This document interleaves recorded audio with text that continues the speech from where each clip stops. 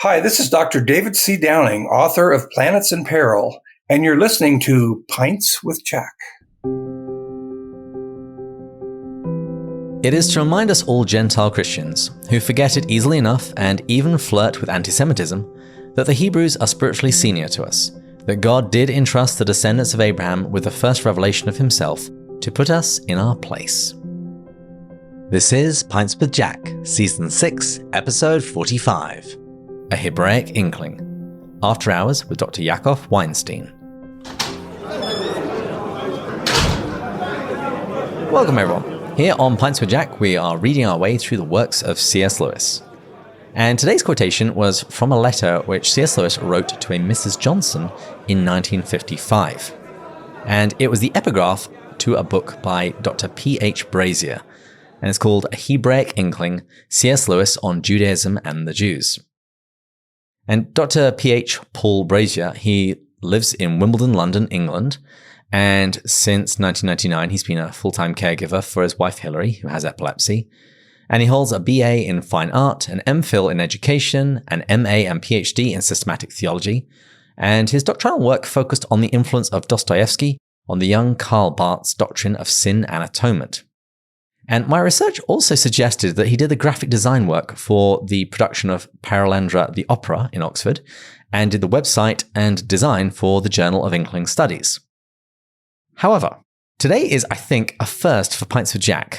My guest and I will be discussing that book, but my guest did not write that book, because today I'm joined by a returning guest, Dr. Yaakov Weinstein. And if you recall, Dr. Yaakov Weinstein, he was our Jewish guest last season during Ecumenism Month, and he is the chief scientist at Quantum Technologies at the MITRE Corporation, and he lives in East Brunswick, New Jersey, and he blogs at Torah for Narnia. Yaakov, welcome back to Pints with Jack. Thank you, David. It's great to be back. Let me just say, I would have much rather heard a discussion with you and Dr. Brazier, but barring that, you're stuck with me.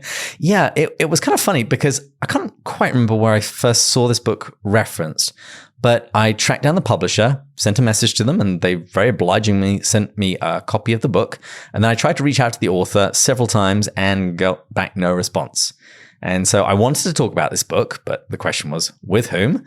And you were the very obvious choice, because I have lots of thoughts about this book, but I think your insights are going to be particularly interesting. Before we get back to all of that, what have you been up to since the last show? A couple of things, at least Lewis related. Obviously, I'm continuing to blog at Torah from Narnia.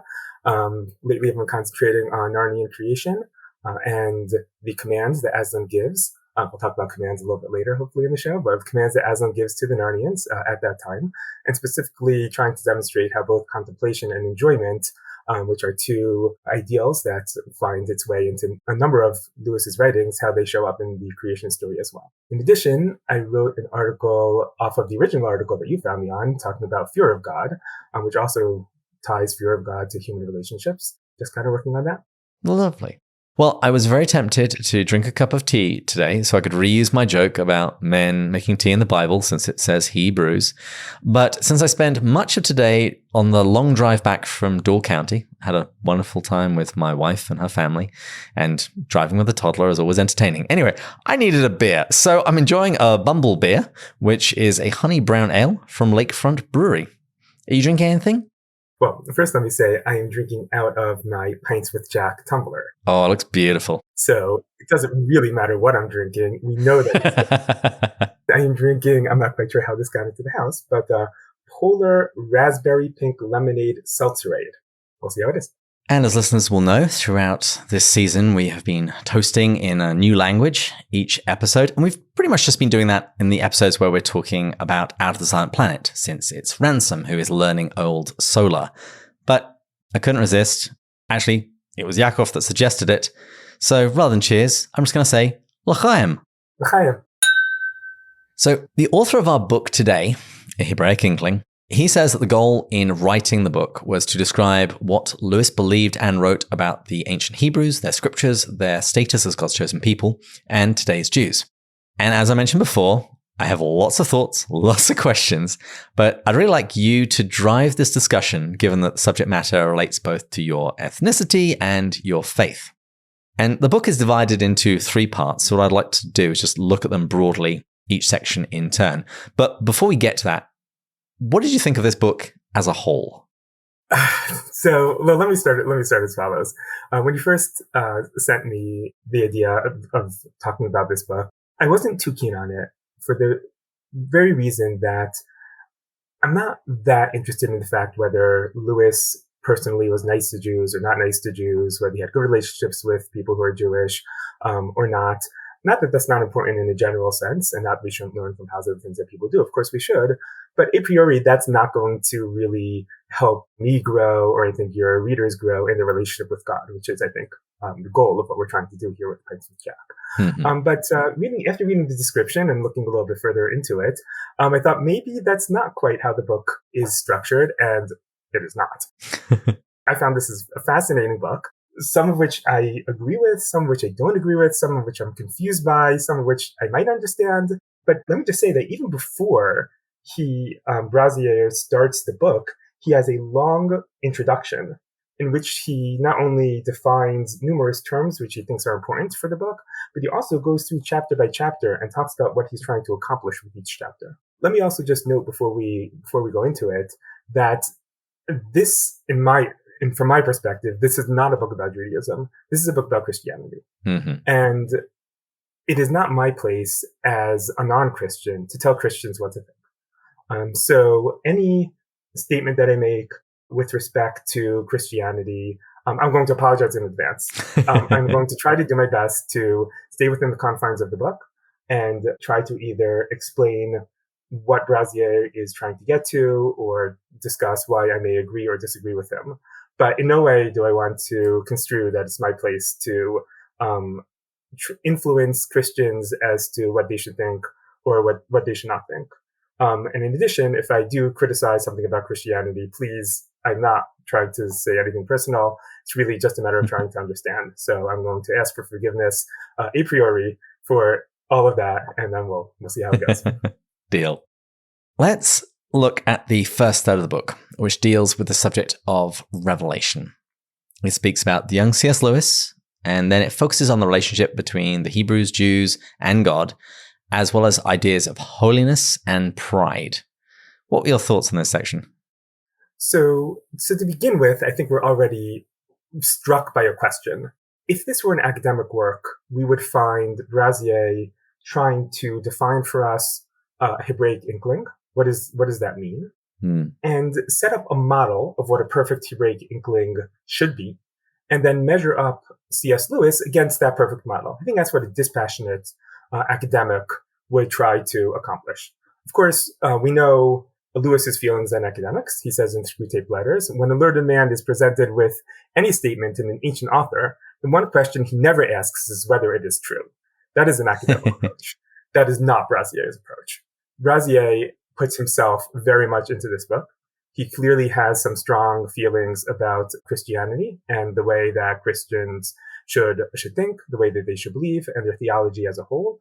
And he is not dispassionate.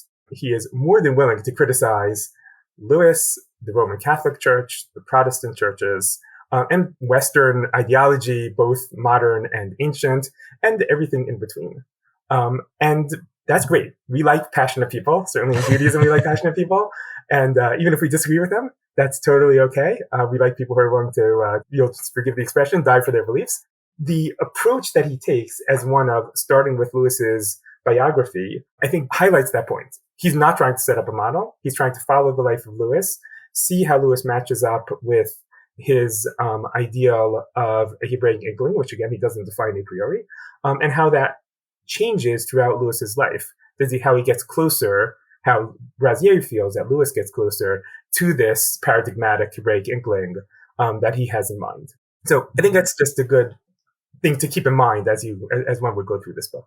Yeah, and I'm going to show my cards a little early as well. I found the book kind of meandering. I know he took the time to try and explain what he thought each chapter was going to achieve, but it did seem to be a little all over the place. And we've mentioned the fact that he has no problem pointing out who he disagrees with. I did find the tone shift quite a few times. Sometimes it did sound much more scholarly and a little bit more dry.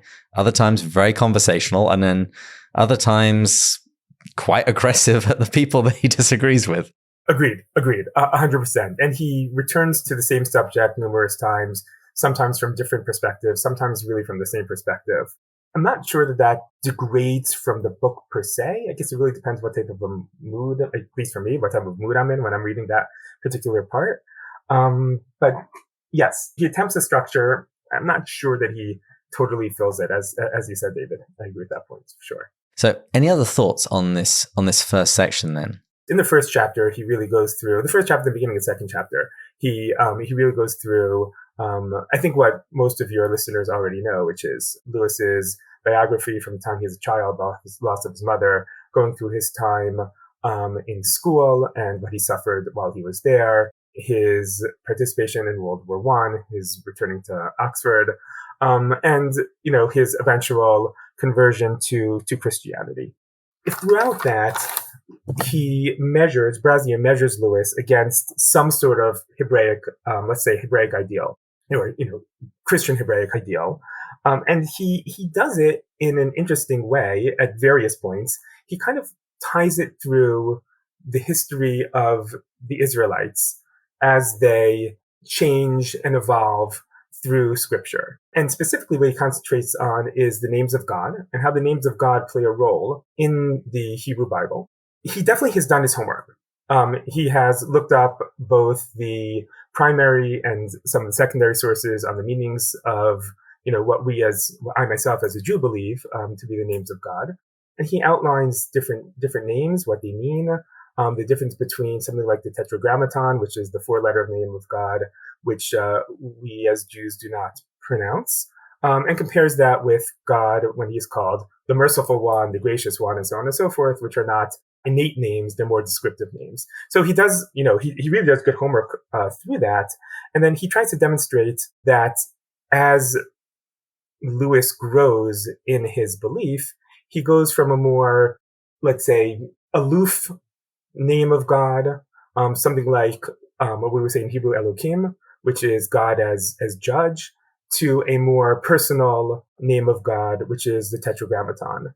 And he doesn't point this out, Brazier, but we actually see this already in the first 2 chapters of Genesis. So in the first chapter of Genesis, it's the name Elohim, God as judge, that is used. And that leads to the fact that, in the first chapter of Genesis, creation is very orderly. There's day 1, there's day 2, there's day 3, there's day 4, and so on and so forth. And everything has its place, everything fits in. And man is the pinnacle of creation, but still just one of many things that are created. If you go to Genesis 2, then we see that the name of God Elohim is now joined by the Tetragrammaton. It's what we would say Hashem is in the name, which refers to the Tetragrammaton in Hebrew. It's Hashem Elohim. And that already adds a personal flavor into the story. And in fact, in the second chapter of Genesis, starting with verse 5, we see a much more man-centered creation, right? There's man, there's no grass, nothing is grown. Man needs to pray for there to be a cloud that will come up and eventually water the earth and have the plants grow.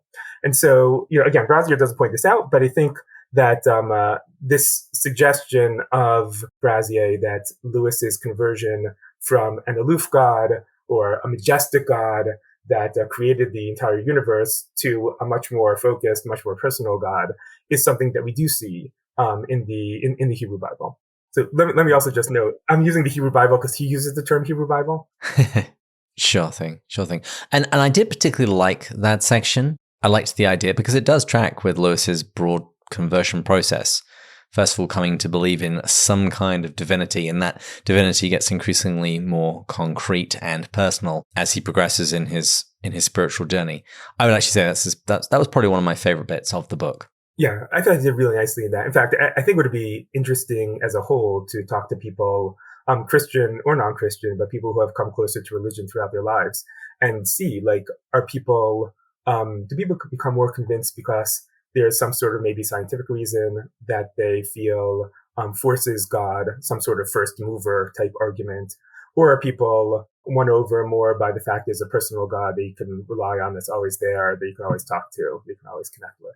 I think that would be an interesting question. Presumably the answer is depends on the person. But in terms of Lewis, I think he really gets it straight on. And in that first section, he does a bunch of comparison with Karl Barth, Christian theologian, and he also speaks about the question of chosenness. Would you speak to that for a little bit? Sure. So with respect to Karl Barth, Barth is in a different milieu than Lewis. As we'll see later, Brazier is a bit I almost want to say chastised, though that may be a little bit strong.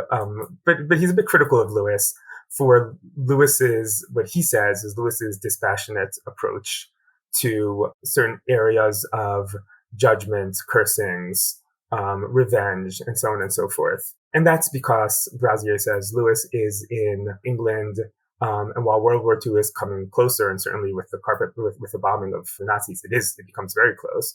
But Lewis is generally safe, has a steady job, is not really in the midst of things. Barth, of course, is in Germany in World War II, and he does eventually sacrifice his position because he believes in the chosenness of Israel. But both, Brazier says, believe that Israel plays a primary role in Christianity. Israel is the nation chosen by God. Brazier points out, though he says Lewis doesn't understand this, but Brazier points out that Israel is not a chosen nation in the sense of there are a bunch of nations and God chose one, but it's a created nation, right? God chose Abraham, God chose the father of the nation and said, I'm going to build a nation from you that is to be chosen. And so Barth, Brazier believes, knows that explicitly. He doesn't really believe that Lewis knows that, but they come to the same conclusion, that Israel is the chosen one, and that Gentiles, as they come closer to Jesus, can be grafted onto the Jewish tree or Jewish vine, as it were, and become part of the elected, part of those who are chosen. And so that's the comparison he makes. And that's drawing chiefly off Romans 11, where Paul describes that process, basically saying that the chosen people haven't been forsaken at all, but you get to be grafted in as well.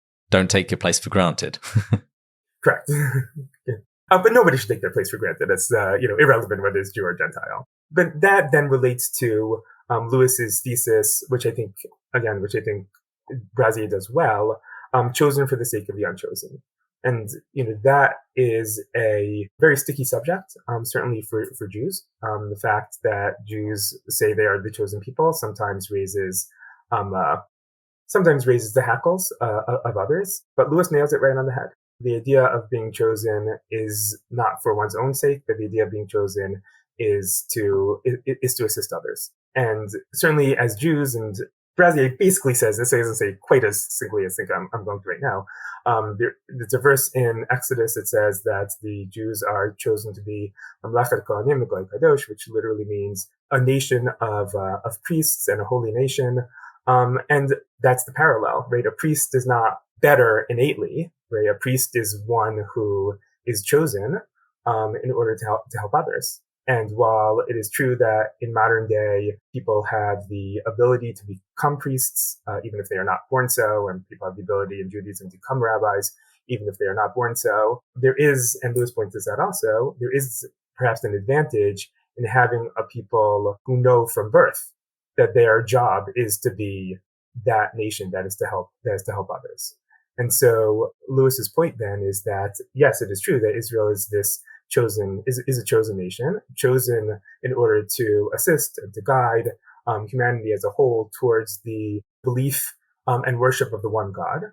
But that's not meant to be exclusive. That's meant to be, these are the people who are chosen, and you can also be chosen. In Christianity, the Christian point of view would be, you can be chosen by following and being a believer in Jesus. There is one thing that Brazier says, which I have to say I'm not super happy with, which is that Brazier says that the chosen nation is chosen for salvation. I have to say, I don't like that. I don't believe just because somebody is chosen, or even if somebody who chooses to be chosen, automatically gains salvation. Now, I think in Christianity, you then get into that question of salvation based on works or salvation based on beliefs. That is not a Jewish problem. That is a Christian issue to struggle with. But I think in Judaism, the situation is very clear. You can be chosen, you can be a member of the Jewish people and still, be an evil individual, and not, we wouldn't use the term salvation per se, but not achieve ultimate reward.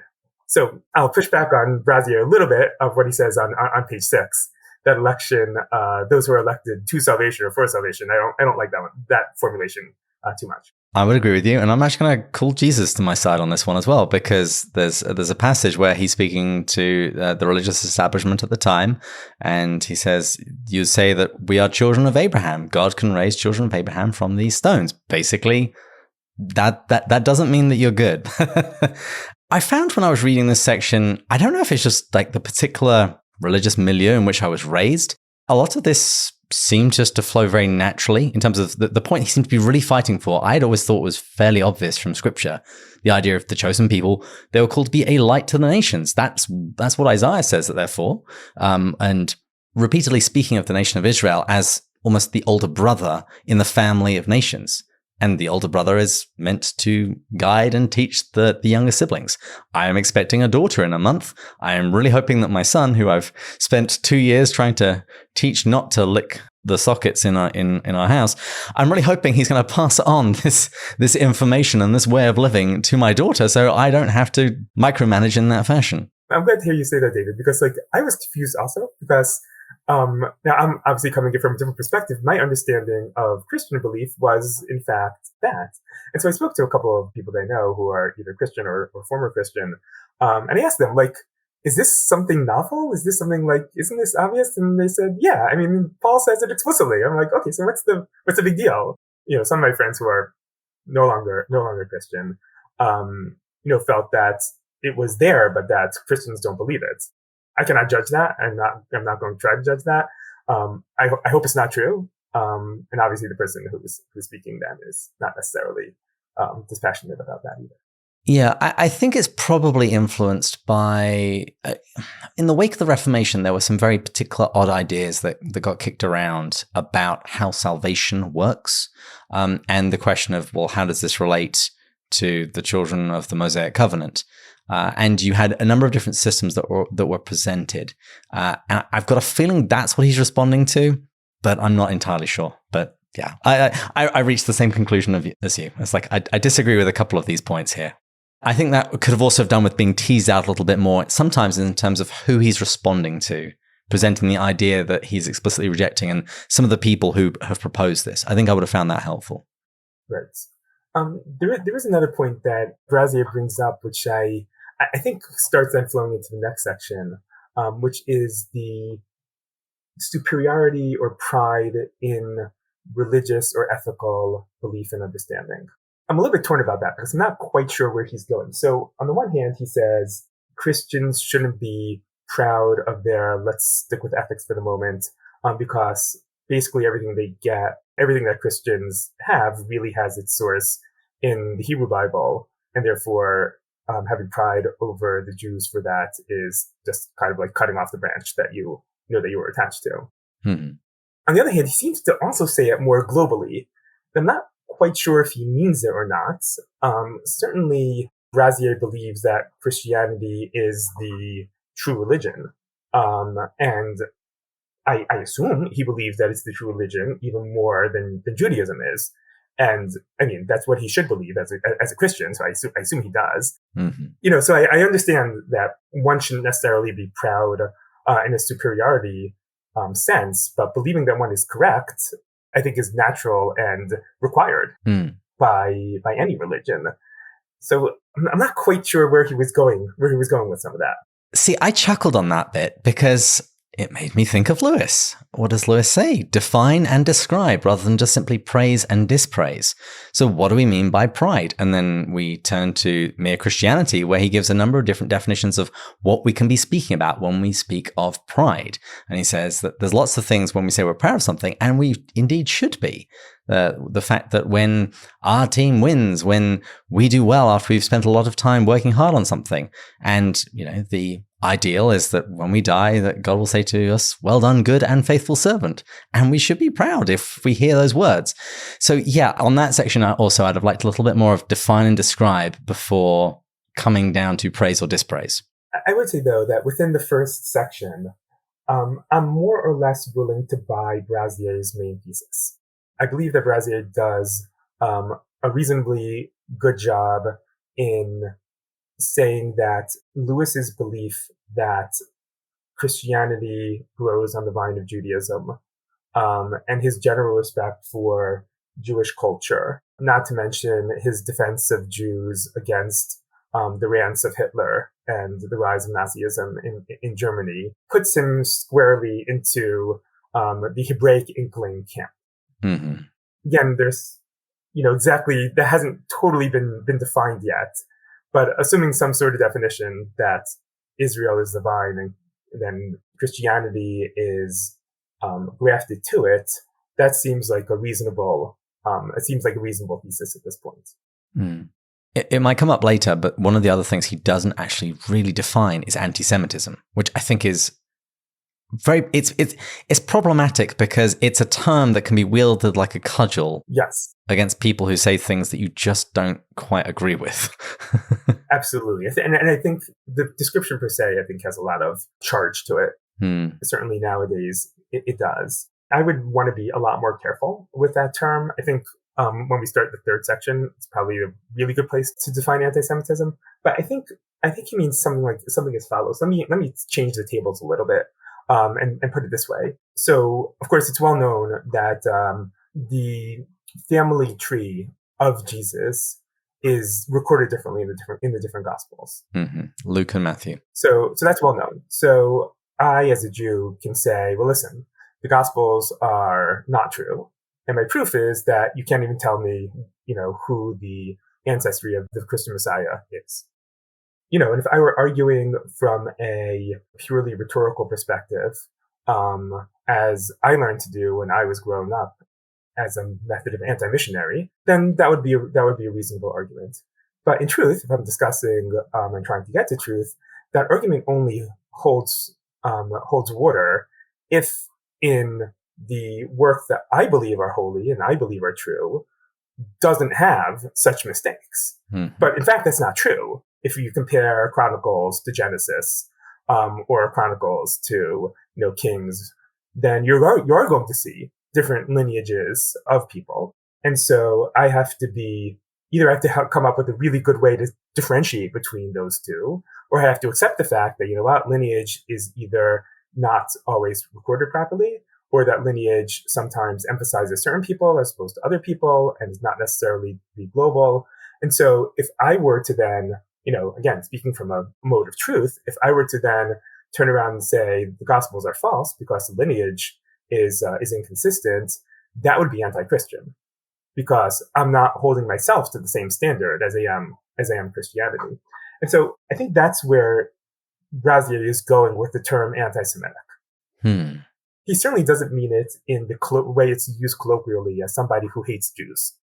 The suggestion that he knocks down at the beginning of the book that Lewis is anti-Semitic, is a priori just, I'll use a good Yiddish term, it's just Narishkeit. Okay, Narishkeit is a Yiddish word that I want to try to get more into English, like we have with chutzpah and various other, Yiddish words, because it's such a great word. It's like, Narishkeit is like a combination between foolishness, nonsense, and nothingness. I like it. And so the suggestion that, Lewis is anti-Semitic in a hateful way is, I see no spark of it anywhere. And so that should be just tabled right away. There's nothing even to talk about there. Already now, Brazier is getting into a much more subtle form of, not treating other religions as you would your own. I'm not willing to brand that anti-Semitic by any means. I'm willing to maybe call it inconsistency. I'm not sure I'm even willing to give that the term hypocrisy, to be totally honest with you, though Brazier does that also. With that, let's talk about part 2, and then we can circle back to this in part 3. So in part 2 of the book, he considers the subject of Hebrew scripture, first part of the Bible, whatever your listeners want to think of it as, focusing on its historicity. Unsurprisingly, he spends a lot of time talking about the Psalms because Lewis wrote his book, Reflections on the Psalms, which I'm also going to pencil you in for in a couple of years because we're definitely going to be talking about that. What did you think of this section when he's talking about scripture? So I have to say, I was impressed because I read Reflections on Psalms, and there were certain parts that I really did not agree with Lewis on, and Brazier hits them all. I have to say, he bats 1,000 on this. Okay, so as a whole, I would say first, Brazier has, again, very strong feelings and opinions as to how a Hebraic Christian should approach the Hebrew scripture. And I would say on that level, Lewis does not get an 100. I'm not sure that Lewis fails, but he doesn't seem to do so well in the way Brazier describes it. A number of things that he points out that I think are internally, in terms of Christian belief, let's say questionable or difficult to understand. And then there are some things that actually I would push on that Brazier doesn't push as hard as I might. In terms of certain ones of the Psalms, judging, cursing, and so on and so forth. So Brazier spends a lot of time here trying to differentiate the milieu between the ancient Israelites as an agrarian society surrounded by barbaric pagan tribes who are trying to destroy them, and modern day England, or 1940s, 1950s England, which Lewis is part of, and just the difference between them. And there are numerous differences between them, some of which Brazier calls out as to why the ancient Israelites are going to be much more interested in things like welcoming judgment, cursing their enemies, to the point of the one verse in Psalm 123, I think it is, where the psalmist calls out for even the babies of the enemies to be smashed on the rocks. And so certainly that's troubling. Brazier knows that it's troubling for Christians. I'm sure you're not surprised that's troubling for Jews as well. But Brazier notes that Lewis did give blessings to the pilots in World War II who were going to carpet bomb Dresden, and in that way did exactly what was said in the Psalms. Killed innocent babies, and Lewis understood the desperation of that need. And so Brazier calls it unfair that Lewis shouldn't understand the Jews' desperation in a similar sense. And I think Brazier makes some realistic points in that. And we don't need to even go back to ancient Israel. We could just go back to World War II and the Holocaust and see that the Germans, in fact, did the exact same thing. They did take babies and spear them on bayonets and so on and so forth. We have eyewitness testimony to that. So I think that's Brazier's major criticism there. I'd like to hear what you think on that. Yeah, particularly when I've been speaking to people about Lewis's corpus, I would say Reflections on the Psalms is one of those books that people really like certain bits of it, and there are some bits that they kind of get up in arms over. And it is very typically his handling of the imprecatory Psalms. The Psalms are calling down cursing, calling down destruction on the enemy. And I mean, in the history of theology, there's a lot of ways that people have looked at those Psalms. How do they reconcile them? Some regard them as simply the emotional outpouring of people furious against the enemy who's just humiliated them, and therefore seeing this not so much as justification for genocide and infanticide, but for crying out to God in all of your anger and not trying to scrub your language and your emotions into its Sunday school best, so to speak. A lot of the fathers spoke about those passages as allegorical, seeing the children of Israel struggle against their enemies as our struggle with sin and with the powers of darkness. And so the way Lewis tackles that, I don't find it typically gets a particularly strong blessing from most people who I know who are Lewis fans. They prefer other ways of wrestling with the text. And also I'd say maybe wrestling with it a little bit longer than the space that Lewis gives it in that book. It did seem to me like that should have been a book-length treatment, and just dealing with it in a chapter or two seems like you're giving it a little bit short shrift and a little bit too much of an almost neat answer. Perhaps ironically, one of the things that helped me understand some of these Psalms and some of the things that we recite to this day in our prayers as Jews is the concentric circles that Lewis lays out in the Screwtape Letters. If you remember, and I think we actually mentioned this last time we spoke, Screwtape wants all virtues pushed to the outermost circle. Like, yes, we should have compassion for the people living thousands of miles away. We should feel bad for the animals that are, across the oceans. And so, yes, we have warm, charitable, positive feelings towards those people and those creatures, while we're horrible to our neighbors and, terrible to the dog next door because he barks too loudly. And, that's that sort of thing. And so Lewis notes, and he notes explicitly in that letter, that the British are terrible because, from Screwtape's perspective, because the British are the ones who are shouting how they're going to kill and destroy and maim all the Germans. But, should ever a German soldier, knock on the door, they would serve them tea and crumpets. So, that's my approach to some of these Psalms and some of these. Sometimes it's just cleansing, or just truthful, especially when speaking to God. This is what I feel. I would never do it, but I still feel this way. And you know what? Talking about it is actually going to help me just get it out of my system so I can actually be, a proper gentleman when I actually do come in contact with these people. So I don't know if that's helpful or not. That's kind of like, some of the ways I look at it using Lewis's theology. I like that a lot. Years ago, I was giving a talk on reading scripture, and somebody asked in the audience afterwards, what do you do if you just feel like you don't get anything out of scripture? My suggestion was to pray the Psalms, because you're going to be feeling one of those emotions in there, one way or the other. Just keep going until you find the emotion that echoes within your soul, and then stick with that for a while. And I think, Brazier, again, doesn't mention it this way, but I think this is part of what we're starting to see, and also maybe we'll see a little bit more in the third section. Going back to meditation in the toolshed, there's a difference between contemplation and enjoyment, a difference between looking at the beam and looking along the beam. And I think in a lot of that analysis of the imprecatory Psalms, Lewis is looking at the beam. And he's not looking along the beam, right? Exactly what you said, David. Pray the Psalms. Don't just study the Psalms. Pray the Psalms, and you'll see that things are different. Yeah. I want to get on and talk about section 3, where we talk about family, but something else that's worth mentioning in this second part was about prefigurement. Yes. In the myth and the Psalms. So would you like to speak into that for a little bit? Yeah. So I actually thought this section was very, very much on target. And I think Brazier does a really good job of bringing out Lewis's thoughts on this. And so this is also something that we actually hinted to last time when we spoke. When there is a singular event in history, right? Like for Christianity, be it the resurrection, or in Judaism, the Exodus from Egypt, right? Mm-hmm. That singular event has ripples throughout space-time.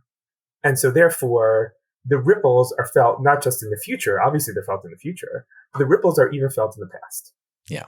And so if we put the resurrection of Jesus at the center of history, then there has to be ripples of that in the past. And in fact, as Lewis says, and Brazier points out, every wise statement, every wise individual, every book related to theology has to somehow encompass that in it. Whether the authors knowingly did that or not is irrelevant. If they are sufficiently spiritual, they will have felt it, even if they don't know what they're writing. Brazier even points out, again, based on what Lewis said, that it doesn't even have to be particularly wise individuals, even could be evil individuals who will say things that will actually hint to the truth.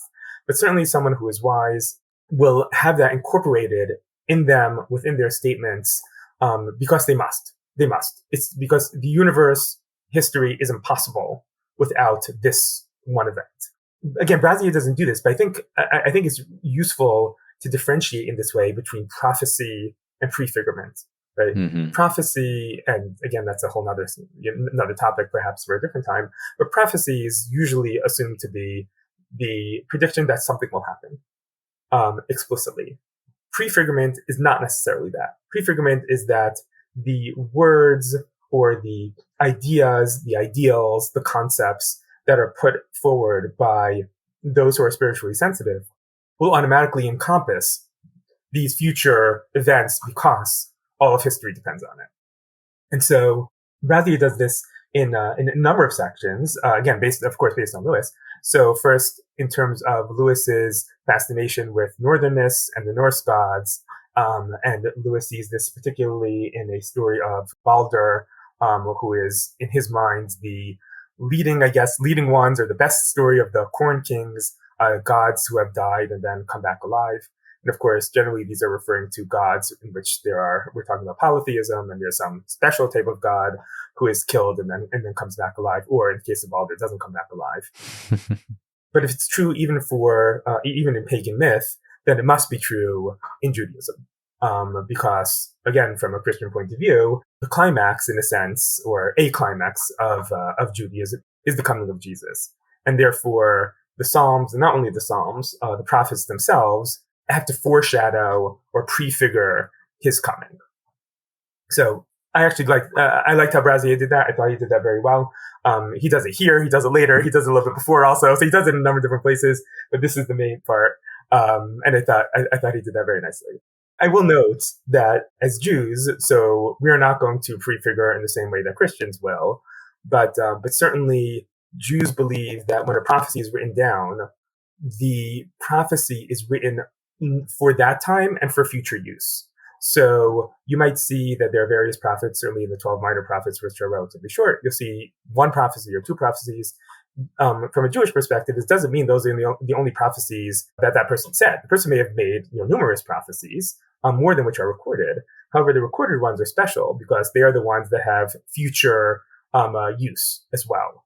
And so if they have future use, then there must be a prefigurement within them. So I think Judaism agrees to the idea of prefigurement. Brazier and Lewis mentioned Psalm 22 as referring to Jesus. Interestingly enough, so the Talmud regards Psalm 22 as referring to Esther, who comes in the time between the first and second temples. So the idea of prefigurement has utilization and has precedence in Judaism as well, though not necessarily aimed towards the same event. Sure. And speaking personally, when I started reading about the prefigurement and specifically typology, so it's the idea that God isn't only writing his scripture through his prophets, but through the events of history, and that these things are meant to prepare us for what comes later. That really revolutionized my reading of scripture, particularly the earlier books as found in the Pentateuch. Yeah, we should do an episode on that at some point. That'd be fun. I should just note, I don't know whether to keep this in or not, but it's just a little too almost raw to skip over. He quotes this ultra-Orthodox rabbi about the different Jews in the Holocaust. I don't know if you remember this part, David. But he says, Brazier says, he spoke to an ultra-Orthodox rabbi who described three types of Jews in the concentration camps. He says there are Jews who basically tried to convince the Germans that we're not really Jewish, we're German too, we just like you, and that those people were killed by the Germans and went to hell. And then he says there were some Jews who kind of just let things go and, let things fall, didn't really say anything, and they were killed also, of course. And they either went to heaven or they, had to go through some sort of cleansing before that, based on how good these people were. And then there are some Jews who spoke out against the Germans and called them all sorts of names and cursed them, and said those Jews went straight to heaven without any necessary cleansing. So I just want to note, I understand where that person is coming from, and that is a relevant statement for someone who went through the camps. In modern Judaism, we refer to 6 million holy souls, knowing full well that there were amongst those 6 million people who were evil, people who were not honest, frankly, many people who were not Jewish, through no fault of their own, but people who were purely, from our perspective, Christian. But they're all part of the holy ones because they were killed as Jews and as by an enemy that was trying to wipe us out. And so, just want to point that out because that part is so, I don't know, it's so it's so emotional to me. At that time, if someone who went through, I can understand. And again, in Judaism, basically anyone who went through the Holocaust gets a free pass on everything because none of us can understand those horrors. And so I think that's appropriate. Afterwards, when we look back, even the Jews who, perhaps weren't so good and didn't do the right thing, it would be very hard to say that such a person, did something evil. Well, we're kind of back at the imprecatory Psalms again. So the final portion of the book focuses on family, and it digs into Lewis's relationship and marriage to Joy Davidman, who was herself of Jewish descent. This is the section I'm really curious about. What did you make of this? Okay, well, before we get to that part, we have to talk about your favorite book, which is The Great Divorce. Absolutely. Maybe you should talk about it. Well, he mentions the fact that there is a possible Jewish character in that book. And this went completely over my head. It was actually only when we had Dr. David Clark on the show. He had written a book about the Great Divorce. And this was the first time that Sarah Smith of Golders Green was highlighted to me as somebody that was possibly of Jewish descent. And of course, the downstream impact of that is pretty big. It is. Okay, so I want to mention two things here. So first of all, I totally missed it also. So I don't know if that makes you feel better or not feel better. Thank goodness. I feel better. And I know people who live in Golders Green. It's not like, I know Jews who live in Golders Green. So yes, I mean, my sister and brother-in-law don't live in Golders Green. They do live in London. They don't live in Golders Green though. But everybody knows. I mean, okay, everybody, all Orthodox Jews know that Golders Green is like Golders Green. But it didn't strike me that Sarah Smith should be of Jewish descent until I read about it here in the Hebraic Inkling, and then went back to Linskug's article about it. But I think the argument is well made, given the description of Golders Green and the fact that it was a place where Jews went, similar to places in Brooklyn or the Lower East Side in New York. Sarah is obviously a Jewish name, but of course it's a Christian name too, so that a priori is not a proof. I was saying in the United States, Smith is not a very Jewish name. I don't know anybody named Smith. Okay, just because I don't know them doesn't mean anything, but certainly not a Jewish name. In England, there tends to be more English names amongst Jews than there are, I think, in the United States. I don't know if that's only my anecdotal thoughts. I don't know if that's evidently true. But it could be. It could be that that's true, which would be extremely interesting. And of course, there's no proof there as to whether she's Jewish, whether she's remains Jewish, whether she is a Jewish convert to Christianity or anything in between. It's completely undefined. But it's also, I think, I actually think that this was one of the motivations for Brazier to write this book. He doesn't say it, but Linskug's argument is that this demonstrates that C.S. Lewis is anti-Semitic. That is, in my mind, that's an understatement. There are a lot of people who are against anti-Semitism: Christians, Muslims, atheists, people of all stripes and colors, and everything else. There are plenty of wonderful people who are against anti-Semitism. So to merely call C.S. Lewis anti-Semitic because, based on this, is way too understated. I think this is, in some sense, the best proof that Lewis is a Hebraic Inkling, because he's putting as the heroine of The Great Divorce someone who comes from, at a minimum, based on this reading, at a minimum from Jewish stock. So I wouldn't be surprised if, Brazier is like writing this book to show that Linskug is just being totally understated here.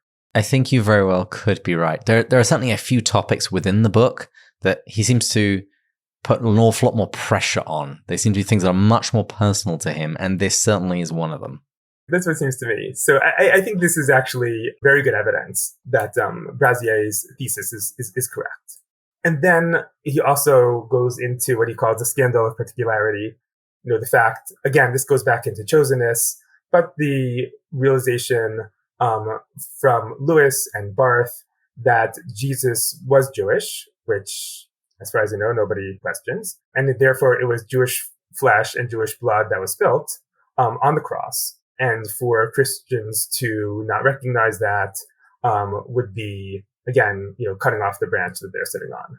And so, again, I think that Lewis's note of this fits very well into Brazier's thesis that Lewis is, in fact, a Hebraic Inkling. And one thing that this section reminded me of that's probably worth sharing, because I find a lot of people don't actually know this or think about it. In the liturgical calendar of the Catholic Church, we celebrate Christ's presentation in the temple, and associated with that is his circumcision. And it's pointed out by a lot of our theologians that Christ's shed blood on the cross is obviously of utmost importance, but the place where he first shed blood was when he was circumcised, according to the Mosaic covenant. That would be logical, given the origin. Now, I know there were some bits of this that you weren't quite so happy with, so lay it on me. All right. So with Davidman, I think there's a general question here. which is worth thinking about first. And I admit upfront that I had a chance to kind of scan through Smoky Mountain, Davidman's work on the Decalogue, with the Ten Commandments, but I didn't have a chance to read it in depth. Future episode, Pints with Jack, you're on it. Continue. So with that kind of as an introduction, as I'm sure you know, there have been a number, probably we can't find that number totally, but there have been a number of famous Jewish converts to Christianity. And I would say there's a spectrum of them. On the one hand, you have someone like Pablo Cristiani, who famously in the 13th century argued against the Talmud, had a famous debate with Nachmanides about the Talmud and about Judaism, and who was very much anti-Jewish and would be the opposite of the Hebraic Christian that Brazier is trying to define. And his name, Pablo Cristiani, is held with contempt by Jews effectively forevermore.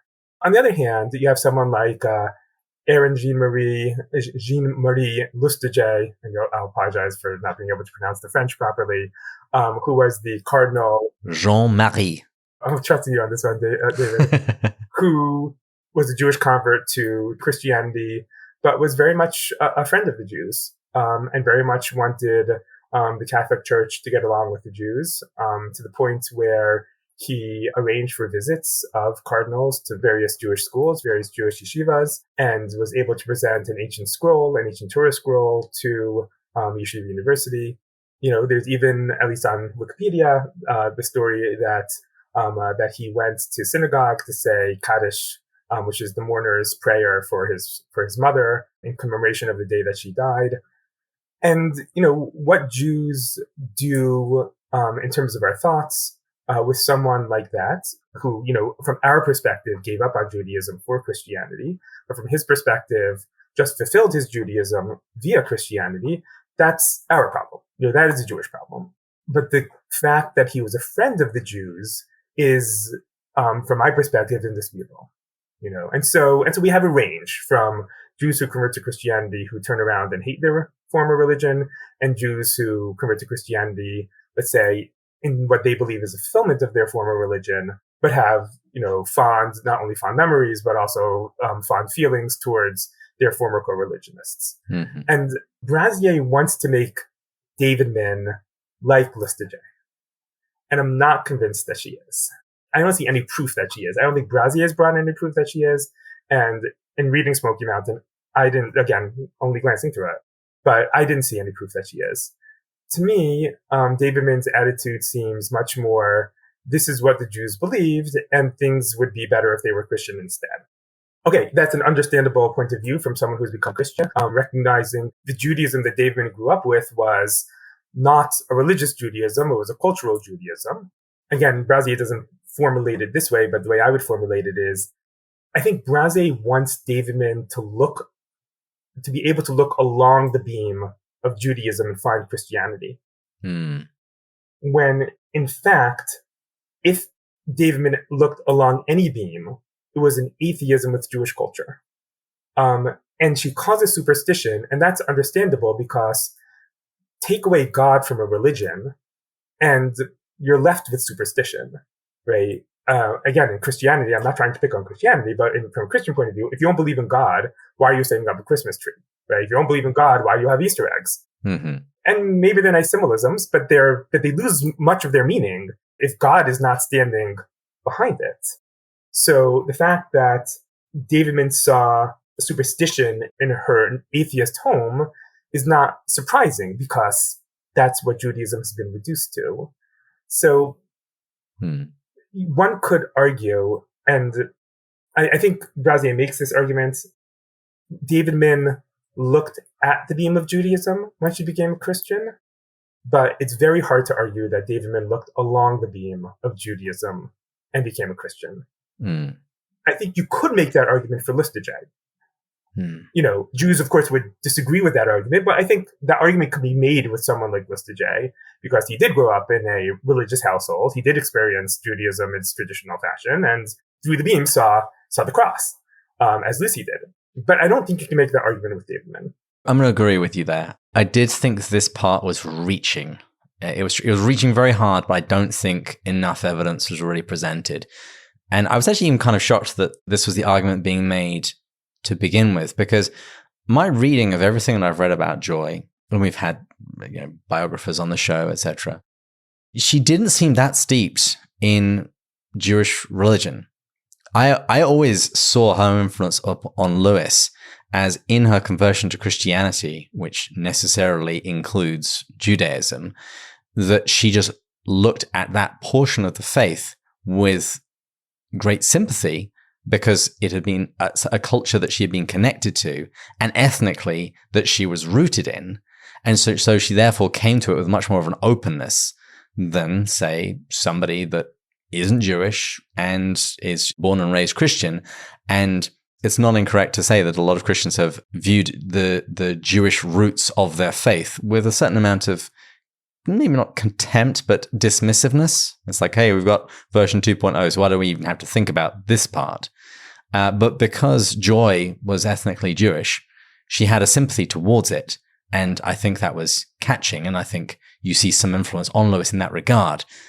But yeah, it kind of made it feel like it was trying to argue that she was this born and bred Jewish girl who went to temple, and she really wasn't. Yeah, I agree. And I think part of it, at least a little part of it, is probably Lewis's fault, because I think his introduction to Smoky Mountain is much more Judaic than Smoky Mountain is. Wow. Okay. I'd like to read it more carefully to really get an idea of that. But Lewis's points that we have here someone studying the law because she is Jewish and the Jews concentrate on the law. So it's true, the Jews concentrate on the law. But the Decalogue and Ten Commandments have very much been adopted by Christians. All the lawsuits that we've seen in the United States about putting the Ten Commandments. Yeah, I was thinking the same thing. Yeah. Those come from Christians. And I'm not saying there's anything wrong with that. Quite the opposite. I wish all humanity adopted the Ten Commandments. But just because someone's concentrating on the Ten Commandments doesn't really, I don't see a Jewish influence in that. So I think a little bit of this is Lewis's fault. But some of it, I think, is Brazier really wanting Lewis to be a Hebraic Christian and having that marriage between David Min and Lewis as the combining of a Hebraic Christian and a someone who returned to his Christian roots. I think that would be a great story. Mm-hmm. I think that would be a great proof for Brazier. I just don't think it's really true. Yeah. But you certainly can see an influence of Joy upon Lewis. You see reflections on the Psalms coming out. You definitely see more of a focus on things Hebraic in the latter part of his life. In your notes that you sent me, you pointed out that he never mentions "Till We Have Faces," yes. And I could just hear Andrew going, "No." You could look here, 3 pages of Lewis's work in the bibliography, and "Till We Have Faces" is not there. I checked twice just to make sure that Andrew wouldn't be upset with me. It was funny because I never really thought about it before, but I would actually argue if you wanted to connect it to the earlier portions of the Bible, I would connect it to the book of Judges with Japheth. It's a little bit different, but he sacrificed his daughter because he made a rash oath. Yes. Now, King Trom sacrifices his daughter because it means that he doesn't have to die. Yes. So there are certainly some differences, but I don't know. I think give me and Andrew a little bit of time. I'm pretty sure we could come up with a really good case for Till We Have Faces. I wanted to argue, I did this with the back and forth on my blog. I wanted to argue that Till We Have Faces is a evolution from paganism to Christianity. Mm-hmm. And in that sense was ahistorical because it skips the Judaism part. Sure. And so I wanted to argue that at that point that Lewis was not concentrating on the Judaic roots of Christianity, as evidenced by Till We Have Faces. And I think I still buy that argument. Now, I'm convinced now after reading Brazier's work that Lewis did not at all skip the Jewish part of Christianity. So I'm grateful to Brazier for noting that and pointing that out. But the fact that his final work does not, to me, seem to really mention Judaism or hint to it, if David Moon was such an influence from a Jewish perspective, I would have expected to see something more akin to a Judaism in something like Till We Have Faces.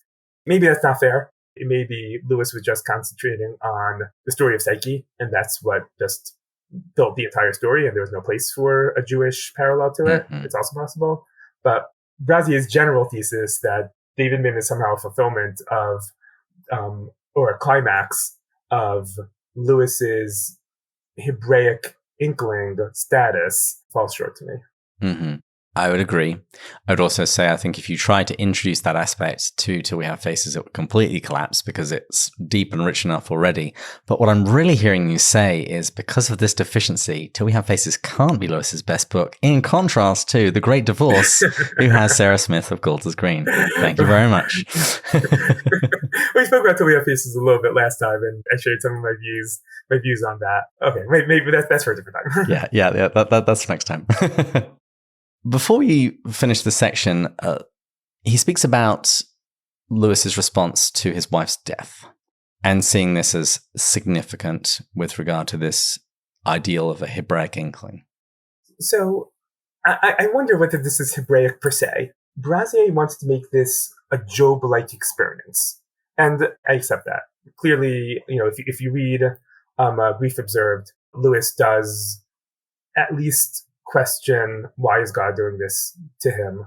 And I think that's natural and reasonable, and to say that it has parallels with Job and the questions that surround him in terms of theodicy and the like, I think is certainly reasonable. And not just Lewis, but, unfortunately, many people go through situations like that and end up questioning God, or at a minimum questioning why God does this. And those are all reasonable and I would say natural concerns for anyone of faith. He does then get into this question, meaning is Job Jewish? And that is a question that, Lewis himself says that Job is a story that is made up. Interestingly enough, in Jewish tradition, we have numerous views as to Job. Lewis, or Brazier, does point out that one of Job's friends is Eliphaz Temani, which speaks to the fact that maybe he is a descendant of Esau, if I'm pronouncing it correctly in English, I apologize, in Genesis. So Esau's eldest son is Eliphaz. And so that leads a number of Jewish sages to suggest that Job is a real person who was alive at the time of the Jewish forefathers. Clearly, though, not Jewish, because he's not in Genesis, but perhaps he's a real individual. And in that case, the sages that would then say is that Elihu, who is the one who comes at the end, not one of the original three friends, but the fourth one, who basically echoes God, is our forefather Isaac. And so that's one way that Judaism looks at it. But there is an opinion as well that Job never existed, and this is a made-up story. So especially if you hold that latter view, and you hold Lewis's view, the point would be that this is not a Jewish story. This is a human story. Now, of course, as Jews and as Christians, we believe that the Bible speaks to all of humanity. And so in a sense, the entire Bible is a human story rather than specifically a Jewish and or Christian story. But Job especially, because bad things happening to good people does not respect any sort of boundaries, be they ethnic, racial, religious, or anything else. And so Brazier then says this is, as it were, a climax and an ultimate fulfillment of Lewis's conversion. I'm not sure. Brazier kind of asserts that. I don't really see a proof to that. No. Outside of saying that the only way to truly convert is to struggle for it, or the only way to truly feel something that's important is to struggle for it. That has some truth, but I'm not convinced of Brazier's assertion that this is somehow a deeper conversion, as much as it's a terrible situation that many people feel, and that hopefully people come out stronger in their faith for. Were I writing this book, I would have pivoted and spoken about Jacob wrestling with the Lord, and then receives the name Israel, literally means one who wrestles with God. Yes. That's how I would have described A Grief Observed, because Lewis had already dealt with the problem of pain in the abstract, and honestly, he'd done it in his life as well with the death of his mother, issues with his dad and family, alcoholism, all this kind of stuff. But with Joy's death, this was the point when he really had to wrestle with God and ask those questions that everybody asks. when somebody that they love dies. I like that too. That's a really good point, David. I'm not against the parallel with Job. I think that has its place also. In terms of struggling with religion per se, as opposed to religious theology, I think Jacob is a better parallel. That makes a lot of sense. Brazier spends a few pages talking about the marriage between Lewis and Davidman and whether that is appropriate based on the church's teaching. And he notes that there were many in the Anglican Church who were not willing to marry the two because Davidman had been previously married to Bill Gresham.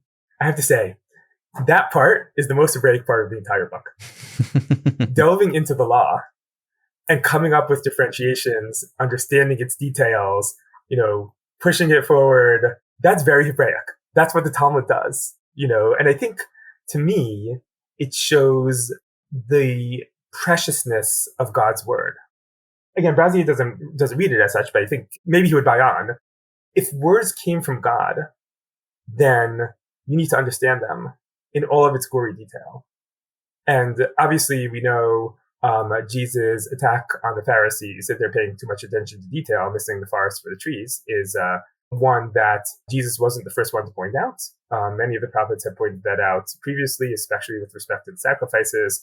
One could argue that most of the 12 minor prophets actually spend all their time on that, and an attack that rightfully continues till this day. That sometimes the details blot out the forest, and so that's a certainly reasonable attack for people who deserve it. And I'm not excluding myself necessarily from that, but I thought that was like the most Hebraic thing. So I am convinced that Brazier is a Hebraic Inkling. Or he would be an Inkling if he was alive at that time, because his knowledge is expansive, his insight is excellent. So there's no question in my mind that he would be an Inkling if he had been in the right place in the right time. And I'm convinced that Brazier is Hebraic. Is Lewis Hebraic? Not as Hebraic as Brazier is, but certainly I think for the important parts in terms of his general approach in theology to Christianity, it would seem to me that Brazier makes generally a good case. And also demonstrates to me that I made a mistake last year. I should have claimed Lewis for my own, as all the other Christian guests did on the ecumenical month, and I didn't. So I want to go back and reclaim Lewis as Jewish, even though obviously only to the point of being a Hebraic Inkling. Just for the sake of equality, I am perfectly happy for you to claim that here. Now, in the few minutes we've got left, are there any sort of concluding thoughts about this book? Or one question I thought of, what would you like to see addressed in any future book about Lewis and his relationship to the children of Israel and Judaism? So a couple of things. I wonder if there's any other evidence on Lewis's interactions with Jews or in general non-Christians. Or let me say, believers in a non-Christian religion. Mm-hmm. Obviously, Brazier mentions the description of his stepson, David. Yeah. Let me just note that Douglas is willing to speak about David, should not only be regarded as a candid admission of a character who has been left out of the biographies of C.S. Lewis, but really is a courageous and brave thing to do. His willingness to open up private parts of a family relationship for the good of the broader public to learn from Lewis takes a lot of courage and a lot of spiritual stature. And I think we should all really be thankful to Douglas for his willingness to speak about his brother, as painful as I'm sure it was for him. So with that being said, we have this one case then of Lewis interacting intimately with someone who, at least for the time being, was faithful to traditional Judaism, and his willingness to go out of the way with respect to kosher food, and all that entails, which, if anyone has not been in a kosher kitchen, believe it entails quite a lot. And so that's good. One could make the argument, and I don't want to make this argument, but one could make the argument, well, there's a difference because David is his stepson, who he loves, and certainly loved Joy Davidman. How would Lewis interact with someone else who was a religious person of a non-Christian religion is kind of still in the open air. So I wonder whether there were any students of Lewis's or somebody who interacted strongly with Lewis, who was religious in Judaism, Islam, or any other non-Christian religion. I do like that. I would like to see a little bit more primary sources on his interactions. And I am still looking for the Islamic version of you, because I'm sure somebody has to be out there who subscribes to Islam and still likes Lewis. If I knew someone, I would tell you, but I would assume that there is. There are a lot more Muslims in the world than there are Jews. There has to be somebody, right? How could there not be anybody? I will find them. Yeah. I also do wonder, like, is there any way, did any non-Christian ever write to Lewis that his works inspired them? Right? If you read through Michael Ward's Planet Narnia, so then you see Ward quotes a number of people and talks about the universal appeal of the Chronicles of Narnia to non-Christians. And I wonder whether Lewis was aware of that, knew people like that, what he thought of that. That I think would be very interesting also. What would Lewis's response be to somebody who said, I've grown in my Judaism based on your works?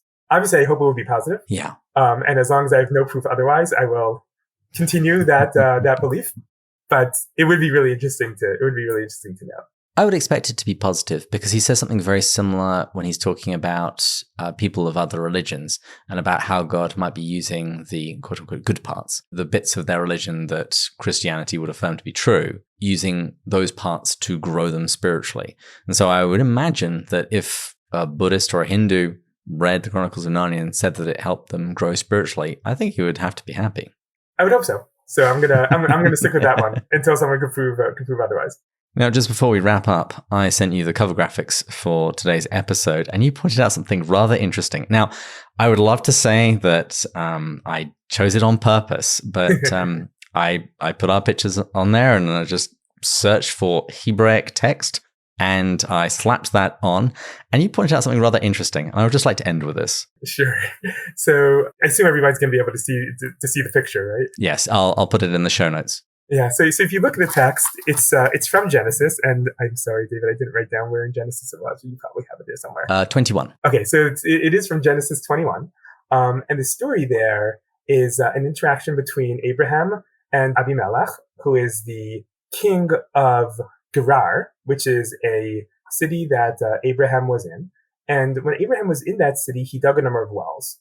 And the digging of wells, which is done by both Abraham and Isaac, has important symbolism within Judaism, especially the general connection between water and the Torah, which is, the Bible and all that goes with it. For example, we compare Judaism to fish, and Jews to fish swimming in the waters of Torah. If there is no Torah, so then just as if there's no water, fish won't survive. If there's no Torah, then Jews won't survive. But the assumption then is that Abraham's digging of wells is not simply the economic benefit of himself and for those around him, but also for their spiritual benefits. And the fact that Abraham can dig wells demonstrates that he also is teaching those around him the religion of the one God and how people should come closer to him. But what happens is Abimelech's servants, Abimelech is the king, Abimelech's servants claim the water for themselves. And they want to, then in a symbolic way, they want to remove that teaching of the one God, because presumably it threatens their own theology, or perhaps even the king himself, given that in many ancient tribes and nations, the king was regarded as divine, or at least a descendant of the divine. So Abraham eventually moves from Gerar, but Abimelech realizes that Abraham's kind of a pretty important guy, and that in fact God is with him, and wants to make a truce with Abraham. So he comes out and makes a truce with Abraham, and they exchange pleasantries, they exchange gifts, and that's the part that's right there in the text. So we have a Jew, the first Jew, talking to a non-Jew who is pretty convinced of the centrality of the one God, and therefore requests a truce with Abraham. And the fact that they can, in modern day would say shake hands and part ways in peace, I think is what certainly all monotheistic religions would like to do. to be able to influence others, not in Judaism, not necessarily to convert others, but influence them in a positive way to become closer to God and become more ethical people. And so given that this is a conversation that we're having between a Jew and a Christian, I thought this was rather appropriate and well chosen. Yeah. So for the non-Hebrew speakers among us, we would call him King Abimelech. But when Yaakov sent me that message saying that I'd chosen some texts of the meeting of Abraham and King Abimelech, it was like the meeting of a Jew and a Gentile king. I am there. Yaakov Weinstein, thank you so much for coming on the show. As the landlord rings the bell for final drinks, I'll just say that I'm putting links in the show notes to the book which we've been discussing, which was A Hebraic Inkling. But Yaakov, is there anything that you would like to advertise now? Blog posts, interviews? Please feel free. Anyone who wants to learn a little bit more of some of my thoughts on Lewis, and especially on the Chronicles of Narnia, which is my favorite books of Lewis, everyone is welcome, Jew, Christian, non-Jew, anyone who wants to go on to Torah from Narnia, which is my blog, which I try to find some insights, one Jew's insights into the Chronicles of Narnia. Everyone is welcome, of course.